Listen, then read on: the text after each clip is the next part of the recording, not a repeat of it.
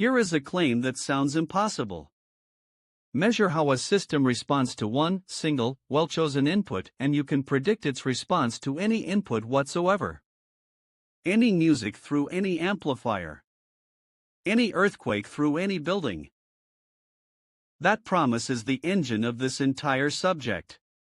But it isn't free. The system has to earn it by satisfying exactly two properties, linearity and time invariance. This episode is about what those two words really buy you. First, vocabulary. A system is anything that takes a signal in and produces a signal out. X of t enters, y of t leaves. The box is the rule connecting them. The same box describes wildly different hardware. An RC filter smoothing a voltage. A mass on a spring absorbing vibration, mechanical engineers, this subject is yours too. A moving average smoothing stock prices. One mathematics, every discipline. Linearity is two promises rolled into one. Feed the system input 1 and record its output. Promise 1, homogeneity, double the input, and the output exactly doubles. Scale in, scale out. No surprises, no distortion. Promise 2, additivity, bring in a second input with its own output. Feed in the sum of the two inputs, and the output is exactly the sum of the two outputs. Together the promises read, a weighted sum of inputs produces the same weighted sum of outputs. That single line is called superposition, and it is the most valuable sentence in this course. Property 2 is simpler to state, the system doesn't care what time it is. Strike it today, and here is the response. Strike it tomorrow, the response is the identical shape, merely shifted.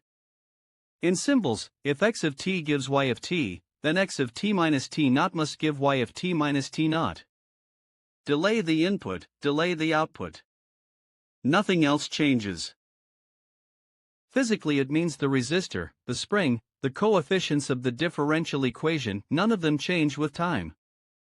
Most engineered systems satisfy this over the timescales we care about. And that's exactly why the theory is so widely useful. Now cash the check. Episode 2, Road 1, every input is a sum of scaled, shifted impulses. Suppose we measure the response to just one of them, the response to a single unit impulse. Call it h of t, the impulse response. That is our one well-chosen experiment. Time invariance says every shifted impulse produces a shifted copy of h. Linearity says the response to the whole weighted sum is the weighted sum of those copies. Put together, the output for any input is this integral. One measurement, total prediction. The impossible promise, delivered. That integral has a name, convolution, and it gets the full visual treatment next episode. 2 footnotes that become exam questions. A system is causal if the effect never precedes the cause h of t is 0 for negative time. And it is BIBO stable if the impulse response is absolutely integrable, so bounded inputs can never produce unbounded outputs. Both are read directly off h of t. One function now carries the system's entire identity. And recall episode 1, feed this system e to the j omega t, and it can only scale it. The two roads are starting to meet. The classic exam test. The system multiplies its input by time itself, y equals t times x of t linear. Time invariant? Most students guess wrong on at least one. Linearity first, and don't trust your gut, run the definition. Feed in a weighted sum.